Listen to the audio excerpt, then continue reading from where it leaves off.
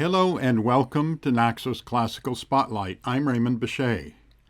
In this podcast, I talk with conductor Neil Thomson, artistic director of the Goiás Philharmonic Orchestra in Brazil, whose new album features works by Brazilian composer César Guerra-Peixe, 2 symphonies and a nonette.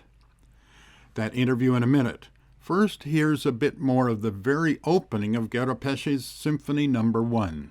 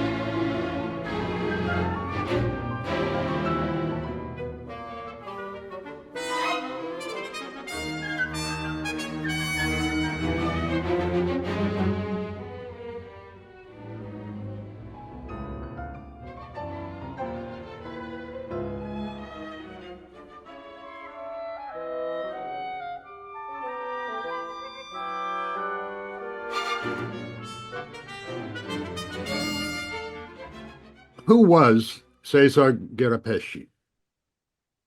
Well, he was an extremely important Brazilian composer. He was a violinist, a conductor, an arranger, a very serious ethnomusicologist. I mean, there's quite a strong case to say he's a little bit like our Brazilian Bartók. He did a lot of research in Pernambuco in the northeast of Brazil. And he was a teacher. Mm-hmm. He was active all his life. He kept his job as a violinist in the National Symphony Orchestra in Niterói, which is near to Rio, for all his life. He was always active as a performer.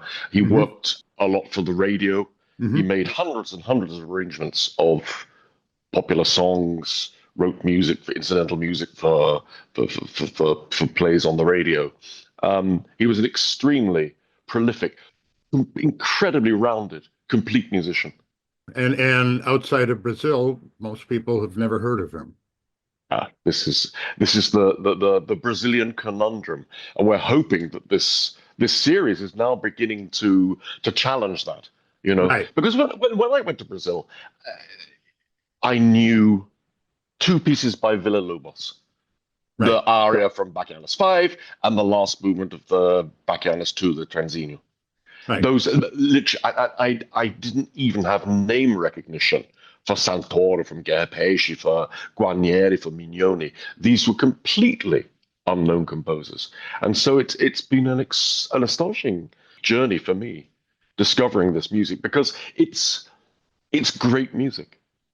It's not something that I'm enthusiastic about because it's Brazilian music and we're doing I have an orchestra in Brazil and so we play Brazilian music. It's astonishingly good music, and we don't know if there are any other countries in South America who have that range of composers.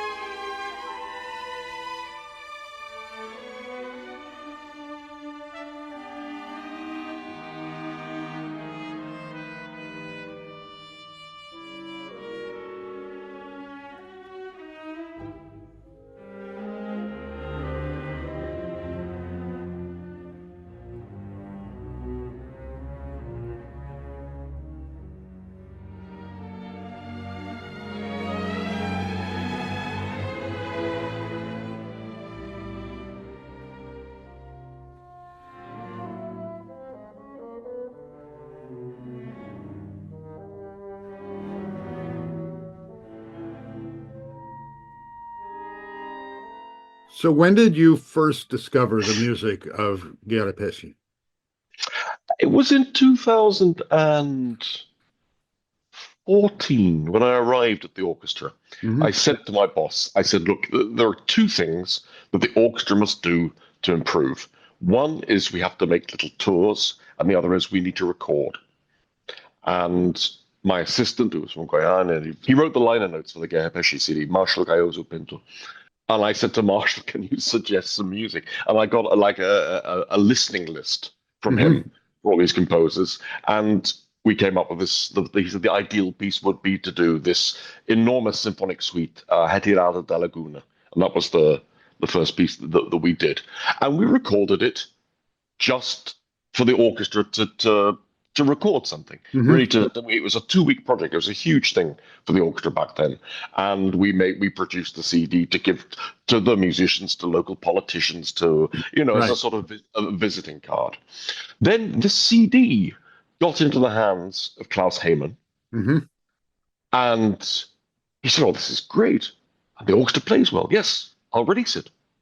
And I don't know if you've spoken to Gustavo de Sá, who is the great mastermind of this project. And Gustavo said, well, this is we should make a series of Brazilian music sponsored by the Brazilian Foreign Ministry. And that's how it started. The project started by this recording we made in Guyana with no pretensions of having it released commercially, but just it was something that I wanted to do for the benefit of the orchestra. So that's what set the ball rolling. And then after that, I discovered more and more and more of his music. We decided when the repertoire was, we were trying to see which orchestra was going to do which pieces. The composer who also really spoke to me was Claudio Santoro. And I just said in this meeting, completely recklessly, we're going to record all the Santoro symphonies.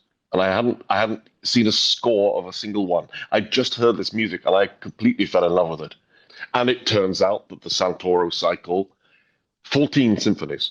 And I think it's absolutely not ridiculous at all to make a comparison with, in terms of the greatness of the music, with the Shostakovich symphonies. I mean, I think it's really one of the most impressive symphonic cycles of the 20th century.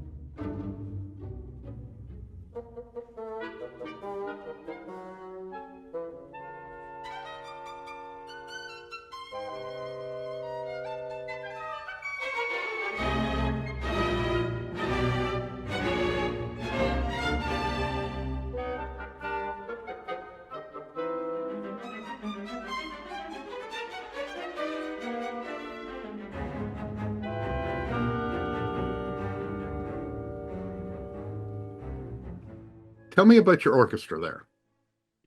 The Orchestra Filarmónica de Goiás was founded in, I think, 1982 And like a lot of institutions in Brazil, a friend of mine, the advice he gave me, he said it's very easy to start projects in Brazil and it's very difficult to sustain them. And so the orchestra had a very sort of sporadic existence. It was there for 3 or 4 years, then it stopped, and then maybe another year, and then it stopped. And then it was reformed in 2013 with a different structure. They did auditions from all over Brazil, 50 players in the orchestra, and I came in 2014 as chief conductor, and the orchestra's grew incredibly quickly. I'm very lucky. I've got a very committed group of musicians. I always have had, and there's a lot of local support and pride in the orchestra.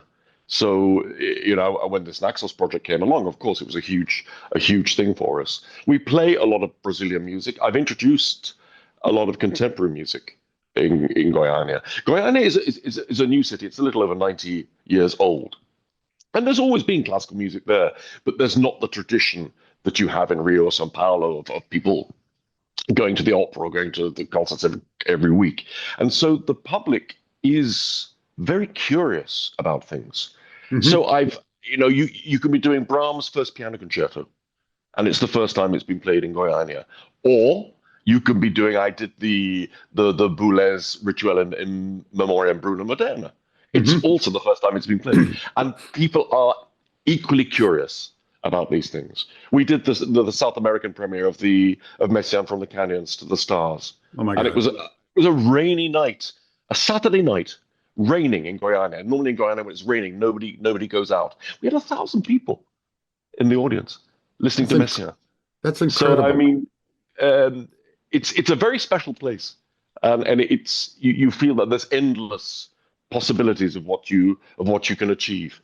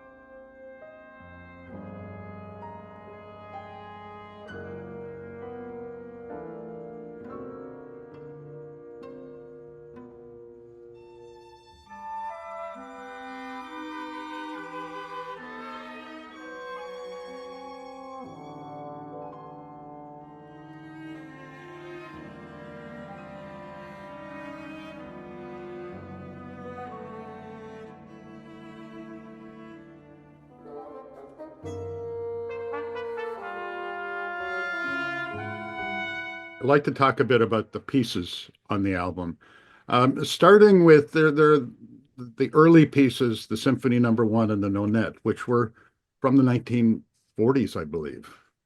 Yes, I mean, and these were real discoveries because this style of composition, this earlier period, Guerra-Peixe rather renounced it.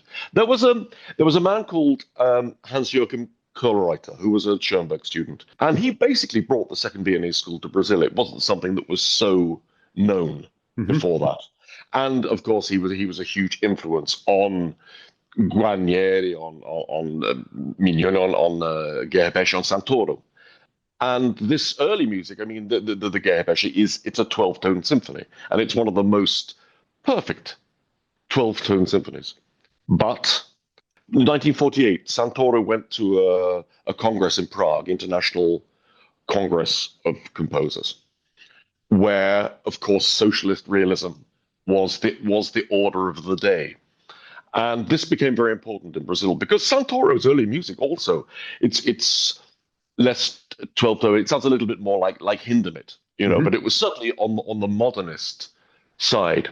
And after 1948, so since the 1920s, there had been this movement towards thinking about what Brazilian music is, which then coincided with this more political move at the end of the 40s. And in 1950, Guarnieri, they wrote an open letter basically condemning Colruyter and this 12-tone school, that it was not Brazilian, this was not the way forward to go to create a Brazilian music. Mario de Andrade, he was very interesting. I mean, he saw nationalism as a necessary stage. He was saying, look at Bartók, look at Vaughan Williams, and the Brazilians needed to do this in order to be, in a way, to be free of it, to create something which is completely authentic. And the 12-tone system, in a way, was a very natural product of Germanic culture. I mean, and it was not something that really belonged in Brazil. So these early works were renounced by Guerra-Peixe. And I don't know how many times it had even been played in the country. It was played by the premiere was the BBC Symphony Orchestra, conducted by Maurice Miles, who was a professor at the Royal Academy of Music when I was a student. So to read that it was Maurice who conducted the premiere of this in 1948 was astonishing. I hadn't made that connection. So these early works were unknown in Brazil, absolutely unknown. But they're both marvelous. The first symphony, although it's 12-tone, it has a lyrical sound world. I mean, it reminds me a little bit. It has something of the Kurt Weill First Symphony in it. Okay. And the Nonetta also. It's incredibly inventive work, written just for 9 people. So for us to record these pieces, I think was important because people know Guerra-Peixe from a certain perspective, and to hear this music, I think, is going to be very interesting for people.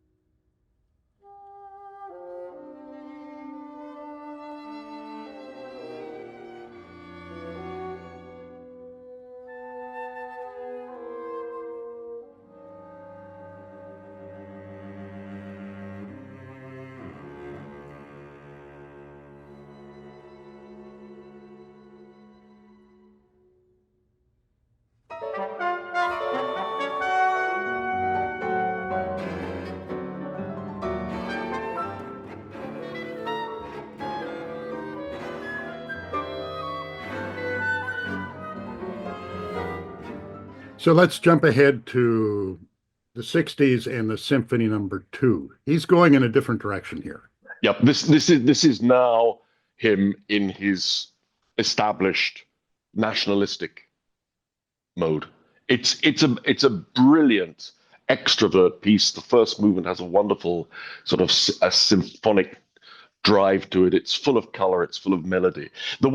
the one thing that is so impressive about Guerra-Peixe is how well crafted his music is, and you can tell that he was used to making arrangements for doing film music, for doing TV music. That he played the violin. It sounds good very quickly because it's so well written, and his harmonic language is very distinctive. The way he voices, he often uses four trombones, which is something that you would see in a big band more than than in a symphony orchestra.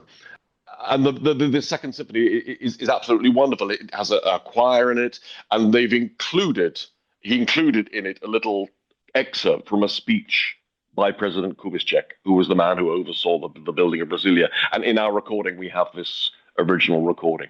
Wow. It's really it's quite a moment. So does it help to have a Brazilian orchestra playing Brazilian music? I think for music that has popular rhythms, folk rhythms, I think it's clear that the Brazilian musicians have a feel for how to play this music. Because I've done the Pernambuco suite in a couple of other places, and it doesn't quite, not in Brazil.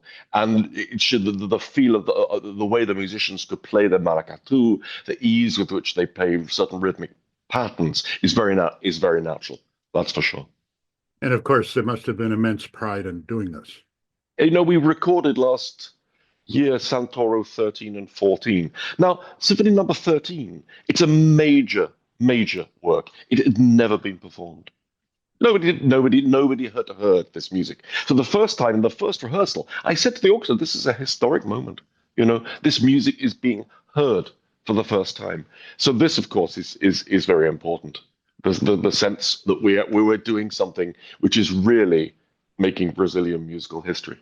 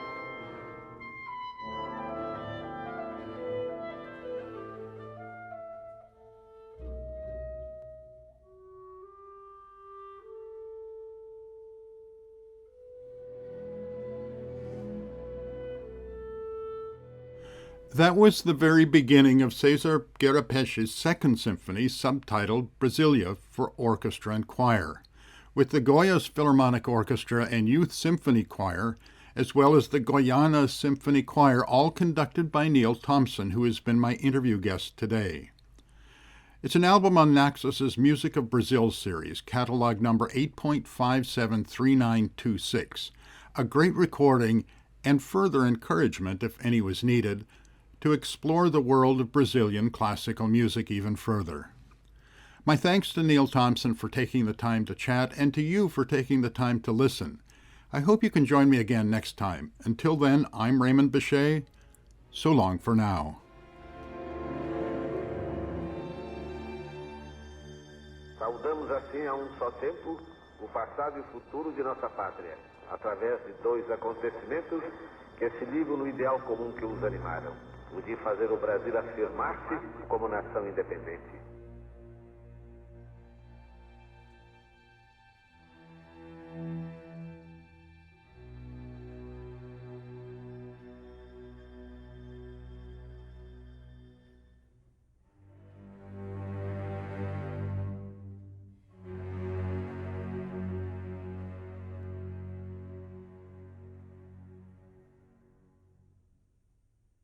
O sonho dos Inconfidentes de 1799 tem nesta realização de 1960 a sua etapa derradeira, pois agora encontra o Brasil o seu verdadeiro destino e poderá caminhar mais solidamente para a completa emancipação.